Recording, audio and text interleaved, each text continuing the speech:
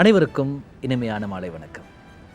Face to face நிகழ்ச்சியில் உங்கள் அனைவரையும் ஸ்டார் தமிழினூடாக சந்திப்பதில் மகிழ்ச்சியாக இருக்கின்றது. இன்றும் ஃபேஸ் டு ஃபேஸில் ஒரு முக்கியமான ஒருவரை அழைத்து வந்திருக்கின்றோம். இந்த காலகட்டத்திற்கு தேவையான ஒருவர். அவர்தான் கஃபே அமைப்பின் நிறைவேற்று பணிப்பாளர் மனாஸ் மகின் அவர்கள். அன்போடு வரவேற்கின்றோம் ஃபேஸ் டு ஃபேஸ் நிகழ்ச்சிக்கு. வணக்கம். அஸ்ஸலாமு அலைக்கும். வணக்கம். வலைக்கம் அஸ்ஸலாம். குறிப்பாக இந்த கண்காணிப்பு நடவடிக்கைகள் கஃபே அமைப்பினூடாக எவ்வகையான கண்காணிப்பு நடவடிக்கைகள் நடைபெறுகிறது? முதலாவதாக இந்த நிகழ்ச்சிக்கு கெஃபே அமைப்புக்கு அழைப்பு விடுத்ததையிட்டு நன்றிகளை தெரிவித்துக் கொள்வதோடு, குறிப்பாக ஒவ்வொரு தேர்தல்களின் போதும் தேர்தல் கண்காணிப்பு நடவடிக்கையில் கெஃபே தேர்தல் கண்காணிப்பு அமைப்பு ஈடுபட்டு கொண்டு வந்திருக்கின்றது. அந்த அடிப்படையில் தேர்தல் காலங்களில் தேர்தல் கண்காணிப்பு நடவடிக்கையோடு மாத்திரம் விட்டுவிடாமல் வாக்காளருக்கு தேவையான அறிவூட்டல் நிகழ்ச்சி திட்டங்களை நாங்கள் நடைமுறைப்படுத்துகின்றோம். அதேபோல் கடந்த காலங்களில் அதிகமான வாக்காளர்களுக்கு வாக்களிப்பதற்கு தேவையான அடையாள அட்டை வகைகள் இல்லாத சந்தர்ப்பத்தில் அவ்வாறான அடையாள அட்டையை பெற்றுக்கொள்வதற்கு தேவையான நடமாடும் சேவைகளின் ஊடாக அவற்றை பெற்றுக் கொடுத்திருக்கின்றோம். அவ்வாறு பல்வேறு வேலை திட்டங்களை நாங்கள் தேர்தல் காலங்களில் முன்னெடுத்து வந்திருக்கின்றோம். அதே போன்றுதான் இம்முறை ஜனாதிபதி தேர்தல் தொடர்பான அறிவுறுத்தல் விடுக்கப்பட்ட தினத்திலிருந்து இதுவரையான காலப்பகுதி வரைக்கும் தேர்தல் கண்காணிப்பு நடவடிக்கையில் ஈடுபட்டு வந்திருக்கின்றோம். அது மாத்திரமல்லாமல் தேர்தல் தினத்திலும் தேர்தலை தொடர்ந்து வரக்கூடிய ஒரு வார காலப்பகுதி, தேர்தலுக்கு பின்னரான காலப்பகுதியிலும் எமது அமைப்பினூடாக கண்காணிப்பு நடவடிக்கைகளை நாங்கள் முன்னெடுக்க எதிர்பார்த்திருக்கின்றோம். குறிப்பாக இந்த ஜனாதிபதி தேர்தல் காலமாக இருக்கட்டும் அல்லது பொது தேர்தல் காலமாக இருக்கட்டும், இந்த முறைப்பாடுகள் அதிகப்படியான முறைப்பாடுகள் வந்து கொண்டிருக்கின்றது. அந்த முறைப்பாடுகள் தொடர்பாக உண்மையிலே ஒவ்வொரு தேர்தலிலும் கண்காணிக்கின்ற போது மிக முக்கியமான விடயம்தான் முறைப்பாடுகளை பெற்றுக்கொள்வதோடு மாத்திரம் நிறுத்தி கொள்ளாமல் அந்த முறைப்பாடுகளை நாங்கள் பெற்றுக்கொண்டு உறுதிப்படுத்தியதன் பின்னர் மீள்முறைப்பாடு தேர்தல் ஆணைக்குழுவுக்கு அதே போன்று வேறு தொடர்புபடக்கூடிய திணைக்களங்களுக்கு மீள்முறைப்பாடு செய்து அந்த முறைப்பாட்டுக்கு தேவையான தீர்வினை பெற்றுக் கொடுப்பது மிக முக்கியமான ஒரு நடவடிக்கையாக இருந்து கொண்டிருக்கின்றது. ஒரு தேர்தல் கண்காணிப்பு அமைப்பின் பொறுப்பாக கூட இருந்து கொண்டிருக்கின்றது. அந்த அடிப்படையில் இம்முறை ஜனாதிபதி தேர்தல் தொடர்பாக, அதாவது இன்றைய தினம், இந்த ஒளிப்பதிவு செய்கின்ற தினம் வரைக்கும் கெஃபே அமைப்புக்கு மொத்தமாக 675 முறைப்பாடுகள் பதிவாகி இருக்கிறது அவதானிக்கக்கூடியதாக இருக்கின்றது. குறிப்பாக இந்த 675 முறைப்பாடுகளிலும் அதிகளவிலான முறைப்பாடுகள் சட்டவிரோத தேர்தல் பிரச்சார நடவடிக்கைகள், தேர்தல் சட்ட விதிமுறை மீறல்கள் தொடர்பாகத்தான் கிடைக்கப்பெற்றிருப்பதனை அவதானிக்கக்கூடியதாக இருக்கின்றது. அது மாத்திரமல்லாமல் இதனை நாங்கள் பார்க்கின்ற போது தேர்தல் தொடர்பில் அறிவிக்கப்பட்ட தினத்திலிருந்து வேட்புமனு தாக்கல் செய்கின்ற தினம் வரைக்கும் பார்க்கின்ற போது அதிலே அரச சொத்து துஷ்பிரயோகங்கள், அரச உத்தியோகத்தர்கள் தேர்தலுக்கு பிரச்சார நடவடிக்கைகளில் ஈடுபடுத்திக் கொள்வதில் இவ்வாறான முறைப்பாடுகள் தான் அதிகமாக கிடைக்கப்பெற்றிருந்தது.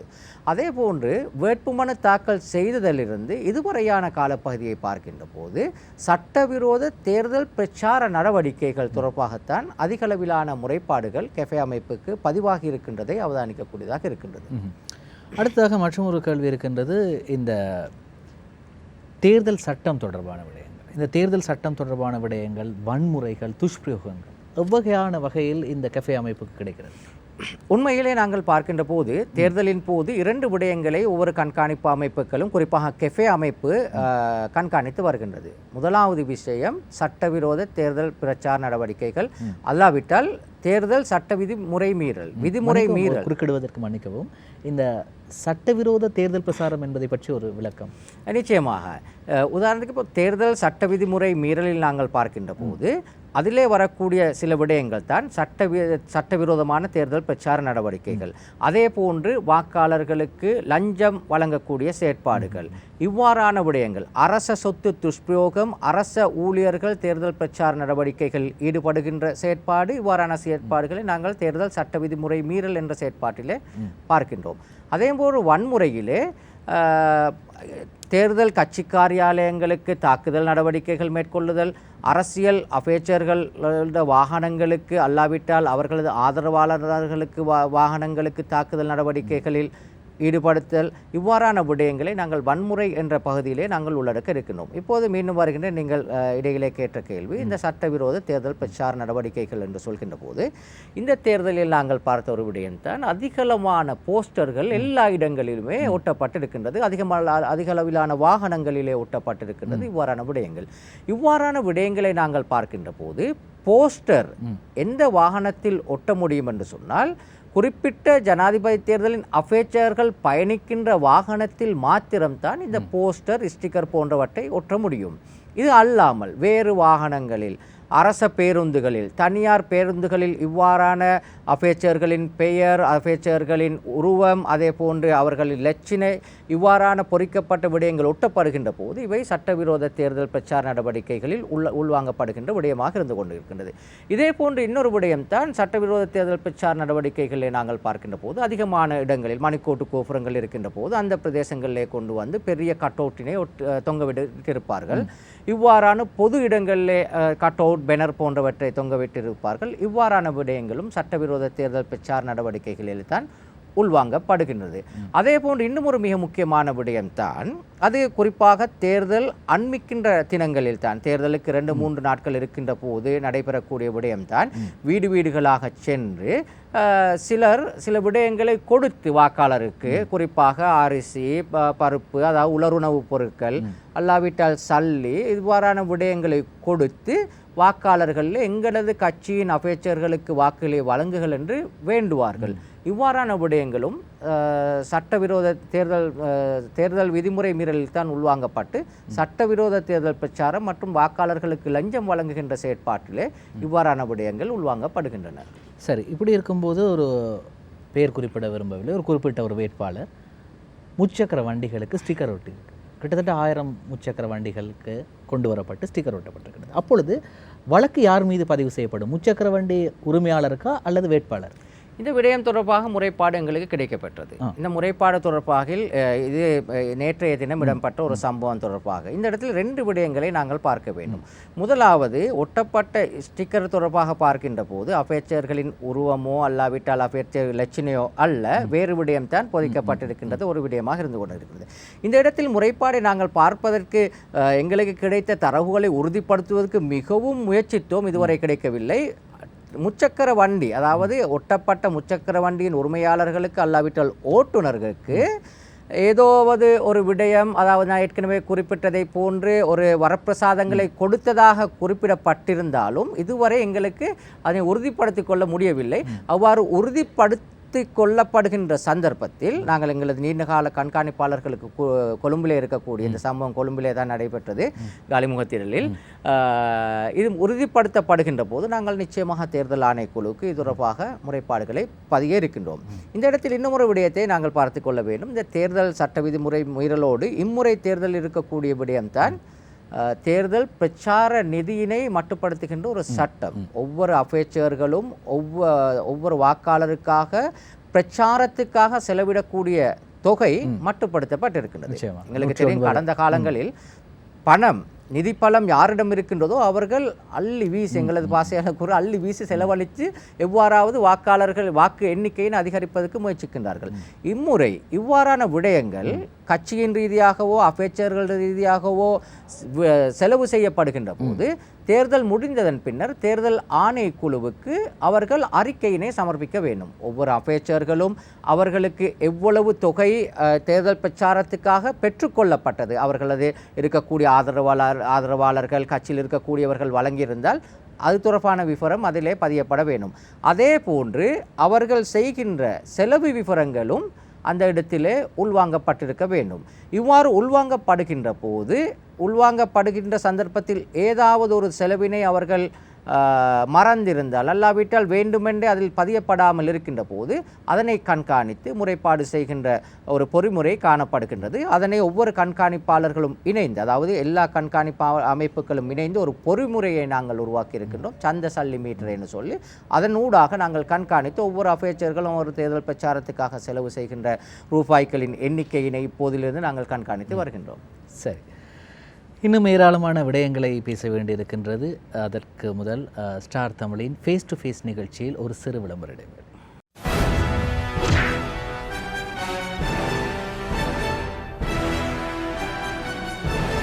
ஸ்டார் தமிழின் ஃபேஸ் டு ஃபேஸ் நிகழ்ச்சி தொடர்கிறது. எம்மோடு இன்றைய தினம் இணைந்திருக்கின்றார் கஃபே அமைப்பின் நிறைவேற்று பணிப்பாளர் மனாஸ் மகின் அவர்கள். அவரோடு தான் பேசிக் கொண்டிருக்கின்றோம். எதிர்வரும்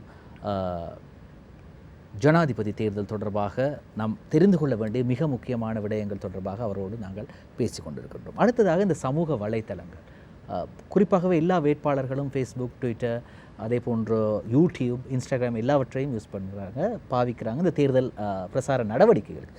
குறிப்பாக இந்த கருத்து கணிப்பு கேட்டல், யாருக்கு வாக்களிக்க போகிறீங்க, அது தொடர்பான உங்களது கருத்து? இந்த கருத்து கணிப்பு தொடர்பாக பல்வேறு முறைப்பாடுகள் எங்களுக்கு மாத்திரமல்ல தேர்தல் ஆணைக்குழுவுக்கு நேரடியாகவே அளிக்கப்பட்டிருந்தது. அது தொடர்பாக தேர்தல் ஆணைக்குழு அறிக்கை ஒன்றினையும் விடுத்திருந்தது. இதனை உடனடியாக நிறுத்திக் கொள்ள வேண்டும், அல்லாவிட்டால் சட்ட நடவடிக்கைகள் எடுக்கப்படுவது தொடர்பாக குறிப்பிடப்பட்டிருந்தது. இந்த விடயத்தை நாங்கள் பார்க்கின்ற போது சமூக வலைத்தளத்திலே 2 விதமான செயற்பாடுகள் காணக்கூடியதாக இருக்கின்றது. முதலாவது விஷயம், தேர்தல் பிரச்சார நடவடிக்கைக்காக ஒவ்வொரு அரசியல் கட்சிகளும் சமூக வலைத்தளங்களில் விளம்பர பிரிவுக்கு பணத்தினை கொடுத்து அதனூடாக விளம்பர நடவடிக்கைகளில் ஈடுபட்டு கொண்டு இருக்கின்றார்கள். இது தொடர்பான விடயங்கள் நான் ஏற்கனவே குறிப்பிடப்பட்ட கேம்பெயின் ஃபைனான்ஸ் என்ற விடயத்தில் உள்வாங்கப்பட வேண்டும், ஒவ்வொரு அமைச்சர்களும் கொடுக்க வேண்டும். இதே நேரம் சமூக வலைத்தளங்களின் ஊடாக இது தொடர்பாக பேசுகின்ற போது நீங்கள் கேட்ட கேள்விக்கு வரும் முன்னர் ஒரு விடயத்தை நாங்கள் ஞாபகப்படுத்திக் கொள்ள வேண்டும். இன்றைய தினம் ஒளிப்பதிவு செய்கின்ற தினம் நாங்கள் ஒரு ஊடக அறிக்கையினை நாங்கள் எமது அமைப்பின் ஊடாக வெளியிட்டிருக்கின்றோம். இந்த சமூக வலைத்தளங்களின் ஊடாக பொய்யான பிரச்சாரங்கள், அதே போன்று வெறுப்பூட்டக்கூடிய பிரச்சாரங்கள் அதிகரித்து செல்கின்ற செயற்பாட்டை இந்த ஒரு வார காலத்துள் அவதானிக்கக்கூடியதாக இருக்கின்றது. குறிப்பாக இவை எவ்வாறு பகிரப்படுகின்றது என்று பார்க்கின்ற போது வாட்ஸ்அப் குழுமங்கள், குரூப்களின் ஊடாகவும் ஃபேஸ்புக் ஊடாகவும் தான் அதிகளவான வெறுப்பூட்டக்கூடிய பேச்சுக்கள் பகிரப்படுகின்றதை பார்க்கின்ற போது இவ்வாறான விடயங்கள் தொடர்ச்சியாக அதிகரிக்குமாக இருந்தால் எங்களுக்கு ஒரு நீதியானதுமான தேர்தலை நடாத்துவதற்கு முடியாத ஒரு சூழ்நிலை ஏற்படும். ஏனென்றால் இவ்வாறான விடயங்களின் ஊடாக வன்முறை அதிகரிக்கக்கூடிய வாய்ப்புகள் அதிகரிக்கின்றன. ஒரு வாட்ஸ்அப் குழுவிலே ஒருவர் ஒரு விடயத்தை போடுகின்றார், ஒரு கட்சியின் அமைச்சர்களுக்கு எதிரான வெறுப்பூட்டக்கூடிய அல்லாவிட்டால் பொய்யான தகவல்களை பருகின்ற போது அந்த வாட்ஸ்அப் குரூப்பிலே பல்வேறு அரசியல் கருத்துக்களை இருக்கக்கூடியவர்கள் இருக்கின்றார்கள். அவர்கள் அதற்கு எதிராக சில விடயங்களை போடுகின்ற போது நிலைமை மாற்றம் அடைந்து இவ்வாறான வன்முறைகள் இடம்பெறக்கூடிய வாய்ப்புகள் அதிகரிக்கின்றது. இதிலே முக்கியமான விடயம்தான், நாங்கள் வாக்கெடுப்பை பார்க்கின்ற போது தேர்தல் தினத்திலே இரகசிய வாக்கெடுப்பு தான் குறிப்பிடப்பட்டிருக்கின்றது. தேர்தல் சின்னத்திலே யாராவது ஒருவர் போய் அவரது வாக்குச்சீட்டிலே யாருக்கு பதிந்தார் என்று சொல்லி ஃபோட்டோ எடுத்து ஃபேஸ்புக்கில் போட்டாலும் அது குற்றமாகத்தான் பகிரப்படும். ஏன்? இது ரகசியமான வாக்களிப்பு. தேர்தல் நடந்து முடியும் வரை எந்த ஒரு இன்ஃப்ளூயன்ஸும் இல்லாமல், அழுத்தமும் இல்லாமல் வாக்காளர்கள் வாக்கினை வழங்க வேண்டும். இதை நாங்கள் பார்க்கின்ற போது முதலாவது விடயம், இந்த கருத்து கணிப்பு உண்மையா பொய்யாண்டு யாருக்கும் கூற முடியாது. ஏன்? இவர்கள் போய் நேரடியாக செய்வதை விட இவர்கள் ஒளிப்பதிவு செய்து தான் போடுகின்றார்கள். அந்த யூடியூபர்ஸ் அவருக்கு தேவையான அஃபேச்சரை ஆதரவினை அதிகரிக்க வேண்டும் என்று சொன்னால் 100 பேரிடம் அவர் கருத்து கணிப்பினை எடுத்துவிட்டு அதிலே ABCD என்று பார்ப்போம். அதிலே C என்றவருக்கு தான் அதிகமானவர்கள் கூறியிருப்பார்கள் உண்மையாக. ஆனால் இவர் ஆதரிக்கின்ற அஃபேச்சர்கள் B-ஆக இருக்கின்ற போது C என்ற விடயத்தை குறைப்பார். அவர் எடிட்டிங் செய்யும் போது குறைத்து பதிவார். இவ்வாறான விடயங்கள் பகிரப்படுகின்ற போது இது ஒரு சுதந்திரமான தேர்தலுக்கு நடாத்துவதற்கு இல்லாமல் போகின்ற ஒரு சூழ்நிலை உருவாகின்றது. இது தொடர்பாக தேர்தல் ஆணைக்குழு ஒரு அறிக்கையினை இட்டிருப்பதை அவதானிக்கக்கூடியதாக இருந்தது. இவ்வாறான விடயங்கள் உடனடியாக நிறுத்தப்பட வேண்டும். சரி, அப்படி இருக்கும்போது சமூக வலைத்தளங்கள் எவ்வாறு பாவிக்கப்பட வேண்டும் இந்த தேர்தல் காலத்தில் என்பது தொடர்பாக கஃபே அமைப்பின் நிறைவேற்று பணிப்பாளர் மனாஸ் மகின் அவர்கள் மிக தெளிவான ஒரு விடயத்தை எடுத்து கூறியிருந்தார். அதே நேரத்தில் இன்னும் ஒரு விடயமும் இருக்கின்றது. இப்போது ஒருவர் ஏதாவது ஒரு அவதூறு, இன்னும் ஒரு வேட்பாளருக்கு அவதூறு தெரிவிக்கும் வகையிலான ஒரு பதிவை எடுக்கிறார். எவ்வாறு அவரை கைது செய்ய முடியும் அல்லது எவ்வாறு அவரை சட்டத்திற்கு முன் நிறுத்த முடியும்? இது தொடர்பான விடயத்தை நாங்கள் இப்போ தேர்தல் கண்காணிப்புடன் தொடர்புபடக்கூடிய விடயங்களை நாங்கள் தேர்தல் ஆணைக்குழுவுக்குத்தான் நாங்கள் முறைப்பாடு செய்கின்றோம். நாங்கள் என்ன செய்கின்றோம் என்று சொன்னால், எமது மாவட்டங்களில் இருக்கக்கூடிய இணைப்பாளர்களிடம் வேண்டியிருக்கின்றோம், அந்த மாவட்டங்களிலே பகிரப்படக்கூடிய ஃபேஸ்புக்கில் பகிரப்படக்கூடிய விடயங்கள், உதாரணத்துக்கு ஒரு அஃபேச்சருக்கு எதிராக அவரை இழிவுபடுத்தக்கூடிய செயற்பாடு தான் அதிகமாக நடந்து கொண்டிருக்கின்றது. இந்த முறை தேர்தலில் நான் பார்த்தேன் 30க்கும் 40க்கும் இடைப்பட்ட அஃபேச்சர்கள் இருந்தாலும் குறிப்பாக 5 அஃபேச்சர்களை இலக்கு வைத்துத்தான் வெறுப்பூட்டக்கூடிய பிரச்சாரங்கள் அதிகரித்திருக்கின்றது. இவ்வாறான விடயங்களை ஃபேஸ்புக்கில் பகிரப்படுமாக இருந்தால், யூடியூபில் பகிரப்படுமாக இருந்தால், இதனை லிங்குடன் நாங்கள் இணைத்து தேர்தல் ஆணைக்குழுவுக்கு அனுப்புகின்றோம் முறைப்பாடாக. இதன் பின்னர் அவர்கள் அதனை உறுதிப்படுத்தப்பட்டது பின்னர் குறிப்பிட்ட நிறுவனங்களுக்கு தேர்தல் ஆணைக்குழுவின் மூலமாக அவற்றை அனுப்பி முதற்கட்டமாக அவற்றை நீக்குவதற்குரிய நடவடிக்கைகள் தான் இடம்பெறுகின்றது. இது கடந்த காலத்திலும் இவ்வாறான விடயங்கள் காணக்கூடியதாக இருக்கின்றது.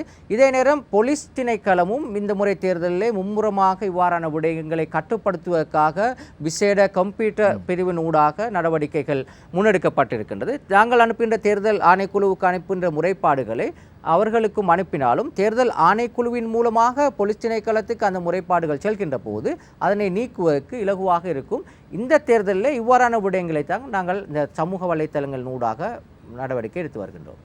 சரி, அதே போன்று அது தொடர்பாகவும் சமூக வலைத்தளங்கள் தொடர்பாகவும் பார்த்தோம். இம்முறை ஜனாதிபதி தேர்தல் வாக்களிப்பு தொடர்பாக மக்களுக்கு ஒரு தெளிவான ஒரு தகவலை கொடுங்கள். மிக முக்கியமான கேள்வி. மிச்சம் சந்தோஷமாக இருக்கின்றது. இவ்வாறான கேள்வி வருகின்ற போது இவ்வாறான விடயங்கள் தான் மக்களை சென்றடைய வேண்டும். இப்போது ஒளிப்பதிவு செய்து கொண்டிருக்கக்கூடிய தினம் தபால் மூல வாக்களிப்பு நடந்து கொண்டிருந்த தினம். இன்றைய தினம் எனக்கு ஒரு மாவட்டத்திலிருந்து ஒரு அமைப்பாளர் காலையிலே தொலைபேசியின் மூலம் உரையாடி கேட்கின்றார், இந்த விவரங்கள் எப்படி, அதாவது இம்முறை தேர்தலில் இந்த விருப்பு வாக்கு முறை அறிமுகப்படுத்தப்பட்டிருக்கின்றது, கடந்த காலங்களில் இல்லையான்னு சொல்லி. இல்லை, நிச்சயமாக கடந்த காலங்களிலும் இருந்தது, ஆனால் இந்த முறை தேர்தலில் தான் பேசுபொருளாக மாறி இருக்கின்றது. அதற்கு காரணம், எந்த ஒரு அஃபேச்சரும் 50+50% என்ற வாக்குகளை பெற்றுக்கொள்ளாத சந்தர்ப்பத்தில் 2வது 3வது வாக்குகளை எண்ண வேண்டிய நிலைமை ஏற்படும். உங்களுக்கு தேவை என்றால் இதற்கு பின்னர் இப்போது நான் சொல்கின்ற விடயத்தை பின்னர் அதை தொடரலாம். வாக்களிக்கின்ற முறையை பார்க்கின்ற போது ஜனாதிபதி தேர்தலிலே தேர்தல் சட்டத்திலே தெளிவாக குறிப்பிடப்பட்டிருக்கின்ற விடயம்தான், அதிகமான ஒன்றுக்கு மேற்பட்ட அபேட்சைகள் இருக்கின்ற போது அந்த சந்தர்ப்பத்திலே குறிப்பாக அவர்களது வாக்கை அளிக்கின்ற போது 1 என்ற இலக்கத்தை பாவிக்க முடியும். அதற்கு மேலதிகமாக 2 மற்றும் 3வது விருப்புகள் இருக்கின்றவர்களுள், இப்போ நீங்கள் தெரிவு செய்யக்கூடியவர்கள் முதலாவதாக இருந்தாலும் அந்த 50+1 பெற்றுக்கொள்ளாத சந்தர்ப்பத்தில் 2வது மற்றும் 3வது வாக்குகள் பெறுமதி அளிக்கக்கூடிய வாக்குகளாக இருப்பதனால் 2வதாக இப்போது இருக்கக்கூடிய அஃபேச்சர்களுள் 2வது விரும்பக்கூடியவர் யார் நீங்கள், அப்போது அந்த இடத்திலே 2 என்ற இலக்கத்தை பதிய முடியும். அதே போன்று 3வது தெரிவினையும் அவர்களுக்கு வழங்க முடியும். இது சாதாரணமாக இருக்கக்கூடிய விடயம். இதே நேரத்தில் இலங்கையை பொறுத்தவரையில் எமது அதிகமான வாக்காளர்கள் பழக்கப்பட்டிருக்கக்கூடிய விடயம்தான் வாக்கினை அளிக்கின்ற போது அது புல்லடியாக இருக்கின்றது. புல்லடியை இட்டாலும் நிச்சயமாக அது ஏற்றுக்கொள்ளப்படக்கூடிய ஒரு விடயமாகத்தான் இருக்கின்றது. அதே சந்தர்ப்பத்தில் யாராவது புல்லடியையும் இட்டுட்டு விருப்பு வாக்களிக்கின்ற போது புல்லடி, ஒருவருக்கு புல்லடி, மீண்டும் 1, 2, 3 என்று அளித்தால் அது நிச்சயமாக செல்லுபடியற்ற வாக்குகளாக மாறக்கூடிய சந்தர்ப்பங்கள் காணக்கூடியதாக இருக்கின்றது. அதே போலத்தான் இன்னுமொரு விடயத்தையும் நாங்கள் கடந்த கால தேர்தலிலே வாக்குகளை நிலையங்களிலே கண்காணித்து வருகின்றோம். இம்முறையும் கண்காணிப்பதற்கு நாங்கள் எதிர்பார்க்கின்றோம். அம்முறை அந்த சந்தர்ப்பங்களில் அவதானித்த விடயம்தான், இலச்சினைகள் ஒன்றுக்கொன்று அதாவது சமாந்திரம் இருக்கக்கூடிய இலச்சினைகள் வரக்கூடும். பறவை என்று சொன்னால் ஒரு பறவை, அதை ஒத்த இன்னொரு பறவை, அல்லாவிட்டால் பெயர் 2 அபேட்சைகளின் பெயர் ஒன்றாக வந்த சந்தர்ப்பங்களில் வாக்காளர்கள் சென்று அந்த வாக்கினை மாற்றி அளிக்கக்கூடிய சந்தர்ப்பங்களும் காணப்படுவதனால் வாக்களிப்பதற்கு செல்வதற்கு முன்னர் இது தொடர்பான சரியான தெளிவினை வாக்காளர்கள் பெற்றுக்கொள்ள வேண்டும். இது தொடர்பான தெளிவுகள் தேவைப்படுகின்ற போது 2 மொழிகளிலும் சேவையினை வழங்குவதற்கு கெஃபே அமைப்பு தயாராக இருந்து கொண்டிருக்கின்றது. அந்த தொலைபேசி இலக்கங்களை நான் குறிப்பிடுகின்றேன். 0114 341 524 என்ற தொலைபேசி இலக்கங்களுக்கு வாக்காளர்கள் ஏதாவது ஆலோசனை தேவைப்படுகின்ற போது, அல்லாவிட்டால் முறைப்பாடுகளை செய்ய வேண்டும் என்று சொன்னால் எங்களது தொலைபேசி இலக்கங்களுக்கு அழைத்து கேட்டுக்கொள்ளலாம். சரி, இன்னும் ஏராளமான விடயங்கள் பேச வேண்டியிருக்கின்றது. இது ஸ்டார் தமிழின் ஃபேஸ் டு ஃபேஸ் நிகழ்ச்சியில் ஒரு சிறு விளம்பர இடைவேளை.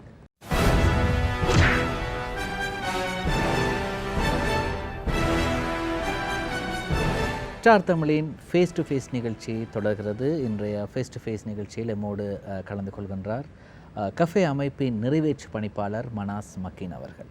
நாம் இந்த வாக்களிப்பு தொடர்பாக பேசிக்கொண்டிருந்தோம். அடுத்ததாக இன்னும் ஒரு கேள்வி இருக்கின்றது. வாக்கு எண்ணிக்கை எவ்வாறு இந்த வாக்கு எண்ணப்பட போகின்றது? கிட்டத்தட்ட 50.1 வாக்கு யாருக்காவது கிடைக்கவில்லை என்றால் அடுத்து நடக்கப் போவது என்ன? இதுவும் ஒரு மிக முக்கியமான கேள்விதான். அதிகமானவர்களால் இந்த காலத்திலே பேசப்படக்கூடிய ஒரு பேசுபொருளாக மாறி இருக்கக்கூடிய விடயம்தான் இந்த வாக்குகளை எண்ணுகின்ற நடவடிக்கை. இதனை நாங்கள் பார்க்கின்ற போது தேர்தலின் போது அதிகளவிலான அபேட்சர்கள் இருந்தால் எங்களுக்கு தெரியும், எந்த ஒரு போட்டியாக இருந்தாலும் அதிகளவான புள்ளிகளை யார் பெற்றுக்கொள்கின்றார்கள் அவர்கள் தான் வெற்றியாளர்களாக தேர்ந்தெடுக்கப்படுகிற பாடசாலை காலங்களில் நடைபெறுகின்ற போட்டியிலும் அவ்வாறு. ஆனாலும் இந்த ஜனநாயக ரீதியாக இந்த உரிமையை பெற்றுக் கொடுப்பதில் ஜனாதிபதி தேர்தலில் ஒரு வித்தியாசமான விடயம் காணக்கூடியதாக இருக்கின்றது. எந்த ஒரு அபேட்சரும் அளிக்கப்பட்ட மொத்த செல்லுபடியான வாக்குகளில் 150% +1 என்ற வாக்குகளை பெற்றுக்கொள்ளாத சந்தர்ப்பங்களில் இரண்டாவது மூன்றாவது விருப்பு வாக்குகளை எண்ணி அதனுடன் இணைத்து தான் முடிவுகள் வெளியிடப்பட இருக்கின்றன. இப்போது பாருங்கள், 5 அபேட்சர்கள் ஏற்கனவே குறிப்பிட்டதை போன்று ABCDE 5 அபேட்சர்கள் இருக்கின்றார்கள். இதிலே AB ஆகியவர்கள் அதிகளவிலான வாக்குகளை பெற்றுக்கொண்டிருக்கக்கூடியவர்கள். அதாவது ஒரு ஆள் 1000 வாக்கு, அடுத்தவர் 900 வாக்கு, அப்படி பார்க்கின்ற போது மற்றவர்கள் 800, 700, 600 என்று பார்க்கின்ற போது அதிகளவிலான வாக்குகளை பெற்றுக்கொண்டவர்கள் யார்? AB. இவர்கள் போட்டியில் தொடர்ந்தும் இருக்கக்கூடிய வேட்பாளர்களாக இருப்பார்கள். அடுத்தவர்கள் போட்டியிலிருந்து நீக்கப்பட்ட வேட்பாளராக இருப்பார்கள். இப்போது அவர்கள் பெற்றுக்கொள்ளப்பட்ட வாக்கு A மற்றும் B அபேட்சர்கள் பெற்றுக்கொள்ளப்பட்ட வாக்கு வெவ்வேறான பிரதேசங்கள் வைக்கப்பட்டிருக்கும். இப்போது சியினுடைய பார்ப்பார்கள். சியின் பார்க்கின்ற போது சிக்கு முதலாவது வாக்கினை அளித்து ஏற்கனவே போட்டியில் உள்ளவர்கள் A மற்றும் B இவர்களுக்கு 2வது வாக்குகளை வழங்கியிருந்தால் என்று சொன்னால், இந்த சிக்கு முதலாவது வாக்கையும் 2வது ஏக்கும் அளிக்கப்பட்டிருந்தால் அந்த வாக்குச்சீட்டு ஏயுடைய வாக்குச்சீட்டுகளுடன் இணைக்கப்படும். இதே நேரம் சிக்கு முதலாவது வாக்கினை அளித்து ஈக்கு 2வது வாக்கினை அளித்து 3வது ஏக்கு அளிக்கப்பட்டிருந்தால், இப்போது முதலாவது சி அவர் போட்டியில் இல்லை, 2வது தெரிவு இ அவரும் போட்டியில் இல்லை, ஆனால் 3வது தெரிவாக ஏயை அவர் தேர்ந்தெடுத்திருக்கின்றார். இந்த வாக்குச்சீட்டும் ஏயுடன் ஏயின் ஏற்கனவே பெற்றுக்கொள்ள வாக்குகளுடன் இணைக்கப்படும். இவ்வாறு CDE இவர்கள் மூவருக்கும் இருக்கக்கூடிய 2வது 3வது வாக்குகளை எடுத்து A மற்றும் Bக்கு முதலாவது பார்க்கின்ற விடயம் 2வது விருப்பு வாக்கு யாருக்கு இருக்கின்றது, 2வது இல்லாமல் மற்றவர்களுக்கு அளித்துவிட்டு 3வது யாருக்காக இருந்தால் அந்த சந்தர்ப்பத்திலே அவர்களுடன் இணைக்கப்பட்டு அதன் பின்னர் மீண்டும் எண்ணுவார்கள். மீண்டும் என்ன இணைக்கப்பட்டதை எண்ணுகின்ற போது அந்த சந்தர்ப்பத்தில் ஒருவர் கண்டிப்பாக 50+1 பெற்றுக்கொள்வார்கள். ஏனென்றால் 2 பேர் தான் இருக்கின்றார்கள், வெற்றியாளர் தேர்ந்தெடுக்கப்படுவார்கள். இதில் இன்னும் ஒரு சிக்கல் ஒன்று இருக்கின்றது. நான் நினைக்கின்றேன், இந்த முடிவுகளை அறிவிக்க வேண்டி வரும்போது இந்த பிரச்சனை வரும். அதாவது இப்பொழுது 50% வாக்குகளை பெற்ற பிறகா இறுதி முடிவு என்று நான் சொல்வது இந்த தொகுதி வாரியான முடிவுகள். தொகுதி வாரி முடிவுகள் ஏற்கனவே அறிவிக்கப்பட்டு விட்டு வரும். வந்ததன் பின்னர் தானே மொத்த விடயங்களை மொத்த பெறுபேறுகளை கூறுவார்கள். அதன் பின்னர் தான் இவ்வாறான செயற்பாடுகள் முன்னெடுக்கப்படும். ஏற்கனவே அளிக்கப்பட்ட மொத்த செல்லுபடியான வாக்குகளை தொகுதி வாரியாக மாவட்ட மட்ட வாக்குகளை எண்ணு நிலையங்களிலிருந்து அனைவரும் தேர்தல் ஆணைக்குழுவுக்கு அனுப்புவார்கள். அப்போதுதான் அளிக்கப்பட்ட மொத்த செல்லுபடியான வாக்குகளிலிருந்து முதல் கட்ட வாக்கு எண்ணுகின்ற நடவடிக்கை இடம்பெறும். அப்போது ஏற்கனவே தொகுதி வாரியான விடயங்கள் கூறப்பட்டு முடிந்துவிட்டது. இப்போது 2வது 3வது இணைக்கும் போது வெவ்வேறாக கூறப்பட மாட்டாது, மொத்தமாக கூறப்படும். ஆனால் நேரம் தாமதமாகலாம். அந்த இடத்தில் ஒரு விடயம் இருக்கின்றது, சரியா? அபேட்சகர்கள் என்று சொல்லக்கூடியவர்கள் நாங்கள் யாரையும் விமர்சிப்பதை விட நாங்கள் எதிர்காலத்திலே ஒரு நல்ல திட்டங்களுக்கு போக வேண்டும். தேர்தலிலே அதிகமான வேட்பாளர்கள் போட்டியிடுகின்றார்கள். அவர்கள் வெற்ற வேண்டும் என்ற நோக்குகளில் பல வித்தியாசமான காரணங்கள். ஏற்கனவே இருக்கக்கூடிய அபேச்சர்களுக்கு என்னென்னு சொன்னால் இலவசமாக அரச ஊடகங்களினூடாக பிரச்சார நடவடிக்கைகளுக்குரிய ஏர் டைம் ஒளிபரப்பு வழங்கப்படும். அந்த சந்தர்ப்பத்தில் இவர்கள் போய் இன்னொரு அபேச்சர்களை அவர்களுக்கு தேவையான விடயங்களை அதிக பிரச்சார நடவடிக்கைக்காக பயன்படுத்துவ ஒரு விடயம். இலவச தபால் சேவையும் கிடைக்கப்படுகின்றது. அது மாத்திரமல்லாமல் பல்வேறு வரப்பிரசாதங்கள் அவர்களுக்கு கிடைக்கப்பெறுகின்றது. வெளிநாட்டுகளுக்கு செல்கின்ற போது 400 அபேச்சர் இவ்வாறான விடயங்களையும் கடந்த காலத்தில் நாங்கள் பார்க்கின்ற போது, உதாரணத்துக்கு ஒரு தேர்தல், நான் எந்த தேர்தல் என்று குறிப்பிடாமல் உங்களுக்கு இலகுவாக குறிப்பிடுகின்றேன். ஏ என்ற கூடிய அபேச்சர் எடுக்கின்றார், அதிகூடிய வெற்றக்கூடிய அளவுக்கு, அதாவது 150 விட கூட இருக்கின்றார். அதனை விட ஒரு குறைந்த அளவில் பியும் எடுக்கின்றார். பியும் குறிப்பிட்ட அளவு அவரோட போட்டியிட்டு எடுக்கின்றார். சி எடுப்பது அவர்கள் 2 பேருடன் பார்க்கின்ற போது மிகவும் குறைவு. சரியா? அப்போ 3 பேர் போட்டியிலே மும்மையில் இருக்கிறார்கள் என்று பார்ப்போமே.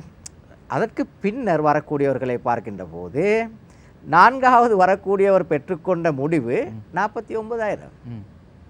அப்போது 2வது கட்டத்திலே என்ன வேண்டியது, அவரது 49,000 வாக்குகளை தான் என்ன வேண்டும் 2வது 3வது. அதுக்கு பணியை பார்க்கின்ற போது 20,000, 10,000, 3,000 எடுத்தவர்களும் இருக்கின்றார்கள். ஆகையினால் அதற்கு பெரிய அளவு காலம் தேவைப்படாது. ஆனால் இம்முறை பல கட்சிகள் வெவ்வேறாக பிரிந்து தேர்தலில் போட்டியிடுவதனால் நிச்சயமாக ஒரு வித்தியாசமான போட்டி நிலவரம் காணப்படுகின்றது. இதனால் சற்று காலம் நிச்சயமாக தேவைப்படக்கூடியதாக இருக்கும். மிக தெளிவாக அந்த விடயத்தை கூறியிருந்தார் நிறைவேற்று பணிப்பாளர் மனாஸ் மக்கீன் அவர்கள். அடுத்ததாக மிக முக்கியமான விடயம் எங்களை அல்லது வாக்காளர்களை அடையாளப்படுத்த. எவ்வாறு இந்த வாக்காளர்களை அடையாளப்படுத்தும் போது இலங்கையிலே இருக்கக்கூடிய மிக முக்கியமான ஒரு ஆவணம் எங்களுடைய தேசிய அடையாள அட்டை. தேசிய அடையாள அட்டை இல்லாத சந்தர்ப்பத்தில் என்ன நடக்கும்? நிச்சயமாக இதுவும் ஒரு மிக முக்கியமான கேள்வி. வாக்காளர்கள் பல்வேறு சந்தர்ப்பங்களிலே வாக்களிப்பு தினத்திலே வாக்களிப்பதற்காக வாக்களிப்பு நிலையங்களுக்கு மிக தூரமான பிரதேசங்களிலிருந்து முச்சக்கர வண்டிகளுக்கு பணத்தினை கொடுத்து வருகின்றார்கள். வந்ததன் பின்னர் அவர்களுக்கு வாக்களிப்பக்கூடிய சந்தர்ப்பம் கிடைக்கப்பெறுவதில்லை. காரணம், தேவைப்படுகின்ற ஆளடையாள அட்டை அவர்களிடம் காணப்படாத ஒரு காரணத்தினால் காணக்கூடியதாக இருக்கின்றது. இப்போது நாங்கள் பார்க்கின்றோம், நீங்கள் குறிப்பிட்டதை போன்றே வாக்களிக்கின்ற போது வாக்கட்டையுடன் இணைத்து நிச்சயமாக தேசிய அடையாள அட்டை தேவைப்படுகின்றது. இப்போது தேசிய அடையாள அட்டை இல்லாதவர்களுக்கு வாக்குரிமையினை எவ்வாறாவது பயன்படுத்த வேண்டும் என்பதற்காக சில வேறு சட்ட ஆவணங்கள் இணைத்து கொள்ளப்பட்டிருக்கின்றது. முதலாவது விடயம் அனுமதிக்கப்பட்ட கடவுச்சீட்டு, 2வது அனுமதிக்கப்பட்ட சாரதி அனுமதி பத்திரம், அதே போன்று அரச சேவையில் இருந்தவர்களுக்காக வழங்கப்படுகின்ற ஓய்வூதியர் அடையாள அட்டை, அதே போன்று சிரேஷ்ட பிரஜைகளுக்காக வழங்கப்படுகின்ற முதியோர் அடையாள அட்டை. அது மாத்திரமல்லாமல் இன்னும் ஒரு ஆவணம் இருக்கின்றது, மதகுரு அடையாள அட்டை. மதகுரு அடையாள அட்டை என்று செல்கின்ற போது நாங்கள் சரியாக பார்க்க வேண்டும். எங்களுக்கு தெரியும், இந்து கலாச்சார திணைக்களத்தால் வழங்கப்பட முடியும், முஸ்லீம் கலாச்சார திணைக்களம், பௌத்த கலாச்சாரம், இவ்வாறான திணைக்களங்களால் அவ்வந்த மதங்கள் தலைவர்களுக்கு வழங்கப்படும் இவ்வாறான அடையாள அட்டையினை பாவிக்க முடியாது. ஆட்பதிவு திணைக்களத்தின் ஆணையாளர் நாயகத்தின் மூலம் கையொப்பமிடப்பட்ட மதகுரு அடையாள அட்டை சில சந்தர்ப்பங்கள் வழங்கப்படுகின்றது. அவ்வாறான அடையாள அட்டைகளை பாவிக்க முடியும். அதே போன்றுதான் இன்னும் ஒரு விடயம் இருக்கின்றது, விசேட தேவையுடையவர்களுக்காக வழங்கப்படுகின்ற அடையாள அட்டை, அங்கவீனர்களுக்காக வழங்கப்படுகின்ற அடையாள அட்டை, அதுவும் தேசிய தேர்தல் ஆணைக்குழுவினால் வழங்கப்படுகின்ற அடையாள அட்டையினைத்தான் பாவித்து கொள்ள முடியும். இவ்வாறான அடையாள அட்டை இல்லாதவர்கள் அல்லாவிட்டால் இன்னும் ஒரு விடயத்தை அவதானிக்க வேண்டும். கடவுச்சீட்டு, சாரதி அனுமதி பத்திரங்களை பார்க்கின்ற போது அதிலே காலாவதியாகின்ற திகதிகள் குறிப்பிடப்பட்டிருக்கின்றன. அந்த காலாவதியாகிய திகதி பின்னராக இருந்தால் அதுவும் ஏற்றுக்கொள்ளப்பட மாட்டாது. இதே நேரம் இவ்வாறான ஆவணங்களிலே படம் ஆளடையாளத்தை உறுதிப்படுத்த முடியாமல் சேதமடைந்திருக்கின்ற போது, எழுத்துக்கள் தெளிவில்லாமல் இருக்கின்ற சந்தர்ப்பங்களில் அவர்களுக்கு வாக்களிப்பதற்குரிய சந்தர்ப்பங்கள் வழங்கப்படாது. ஆனாலும் தேர்தல் ஆணைக்குழு எவ்வாறாவது வாக்காளர்கள் வாக்குரிமையினை பயன்படுத்தி கொள்ள வேண்டும் என்று சொல்லி அதனையும் இலகுபடுத்தி கொடுத்திருக்கின்றார்கள். அவர்கள் வதிக்கக்கூடிய பிரிவின் கிராம அலுவலரை நாடி தேர்தல் ஆணைக்குழுவினால் வழங்கப்படுகின்ற தற்காலிக அடையாள அட்டையினை பெற்றுக்கொள்ள முடியும். அதற்கு இலகுவாக 2 புகைப்படங்களை எடுத்துக்கொண்டு சென்றால் கிராம அலுவலர் உறுதிப்படுத்தி அதனை பெற்றுக்கொள்ள முடியும். இதனை பெற்றுக்கொள்வதன் ஊடாக நிச்சயமாக வாக்குரிமையினை பயன்படுத்தி கொள்ள முடியும். கடந்த காலங்களில் சில சந்தர்ப்பங்களில் இதனை பெற்றுக்கொள்வதற்கு மிச்ச காலம் இருக்கின்றன, அதிகமான காலம் இருந்தாலும் தேர்தலுக்கு முன்னைய நாள் அதுக்கு முன்னைய நாள் இவ்வாறு தான். அதாவது என்னென்னு சொன்னால் தற்காலிக அடையாள அட்டையினை பெற்றுக்கொள்கின்றவர்களின் விவரங்கள் வாக்கு அளிப்பு நிலையங்களுக்கு அனுப்பப்பட வேண்டும். ஆகையினால் அதற்குரிய காலப்பகுதி வழங்கப்படும். அந்த காலப்பகுதிக்குள் பெற்றுக்கொண்டால் இலகுவாக இருக்கும். அல்லாமல் தேர்தல் அண்மிக்கின்ற சந்தர்ப்பத்தில் போகின்ற போது கிராம அலுவலர் வாக்களிப்பு நிலையங்களை ஏற்பாடு செய்வதில் அவர் மிகவும் முக்கியமான பணியினை மேற்கொள்வார். அவருக்கு மிகவும் பிஸியாக இருக்கக்கூடிய சந்தர்ப்பத்தில் அதனை பெற்றுக்கொள்ள முடியாது. எனவே இவ்வாறான விடயங்களிலே வாக்காளர் கூடுதல் கவனம் செலுத்த வேண்டும். இறுதியாக ஏதாவது ஒரு மாவட்டத்தில் இந்த நிகழ்ச்சியை பார்த்து கொண்டிருப்பவர்களுக்கு ஏதாவது ஒரு தேர்தல் முறைப்பாடு ஒன்று தெரிவிக்க வேண்டும் என்றால் எப்படி தெரிவிக்கும்? குறிப்பாக கெஃபே அமைப்பை பொறுத்தவரையில் எங்களுக்கு தேர்தல் தொடர்பாக அறிவுறுத்தல் விடுக்கப்பட்ட தினத்திலிருந்து முறைப்பாடுகளை நாங்கள் பெற்றுக்கொண்டு வருகின்றோம். முறைப்பாடுகள் பல்வேறு விதத்திலே எங்களுக்கு கிடைக்கப்பெறுகின்றன. முதலாவது விஷயம்தான் அரசியல் கட்சிகளிலிருந்து இணைய கட்சிகளுக்கு எதிரான முறைப்பாடுகள் பதியப்படுகின்றது. பிரதேச மட்டத்தில் இருக்கக்கூடிய ஊடகவியலாளர்கள் ஊடாக முறைப்பாடுகள் கிடைக்கப்பெறுகின்றன. அதே போன்று சிவில் அமைப்புகளின் ஊடாக எங்களுக்கு முறைப்பாடுகள் கிடைக்கப்பெறுகின்றன. பொதுமக்களின் ஊடாகவும் நாங்கள் சமூக வலைத்தளங்களின் ஊடாகவும் பிரச்சாரங்களை முன்னெடுத்துகின்றோம். ஏதாவது தேர்தல் தொடர்பான முறைப்பாடுகள் இருந்தால் எங்களது அமைப்புக்கு முன்வைக்கலாம் என்று சொல்லி இவ்வாறு முறைப்பாடுகள் கிடைக்கப்பெறுகின்ற போது இந்த முறைப்பாடுகளை நாங்கள் உறுதிப்படுத்தாமல் எந்த ஒரு அடுத்த கட்ட நடவடிக்கைக்கும் நாங்கள் செல்ல மாட்டோம். உதாரணத்துக்கு முறைப்பாடு ஒரு மாவட்டத்திலிருந்து கிடைக்கப்பெற்றால் அந்த முறைப்பாட்டை எமது மாவட்டங்களில் இருக்கக்கூடிய மாவட்ட இணைப்பாளர்களை தொடர்பு கொண்டு அதனை உறுதிப்படுத்துவோம். நீண்டகால கண்காணிப்பாளர் இருக்கின்றார்கள், அவர்களையும் நாங்கள் தொடர்பு கொண்டு உறுதிப்படுத்திய பின்னர் தான் 2வது நடவடிக்கையினை நாங்கள் எடுக்க இருக்கின்றோம். எனவே தான் இதனை பார்த்து கொண்டிருக்கக்கூடிய எந்த மாவட்டத்தில் இருந்தாலும் சரி யாருக்கும் எமது தொலைபேசி இலக்கம் 0114 341 524 என்ற தொலைபேசி இலக்கத்துக்கு 2 மொழியிலும் உரையாற்றக்கூடியவர்கள் இருக்கின்றார்கள். அந்த தொலைபேசி இலக்கங்களுக்கு தொடர்பு கொண்டு முறைப்பாடுகளை வழங்க முடியும். மிகவும் பல பயனுள்ள விடயங்கள், குறிப்பாக இந்த ஜனாதிபதி தேர்தலுக்கு தேவையான பல முக்கிய விடயங்களை எங்களுக்கு வழங்கியிருந்தார் கஃபே அமைப்பின் நிறைவேற்று பணிப்பாளர் மனாஸ் மக்கீன் அவர்கள். இன்றைய ஃபேஸ் டு ஃபேஸ் நிகழ்ச்சியில் கலந்து கொண்ட மனாஸ் மக்கீன் அவர்களுக்கு எங்களுடைய நன்றிகளை தெரிவித்துக் கொள்கிறோம். நன்றி, வணக்கம். வணக்கம், நன்றி. ஸ்டார் தமிழின் ஃபேஸ் டு ஃபேஸ் நிகழ்ச்சி இத்துடன் நிறைவு பெறுகின்றது. மற்றும் ஒரு ஃபேஸ் டு ஃபேஸ் நிகழ்ச்சியில் உங்களை சந்திக்கும் வரை விடைபெறுகின்றேன். நன்றி, வணக்கம்.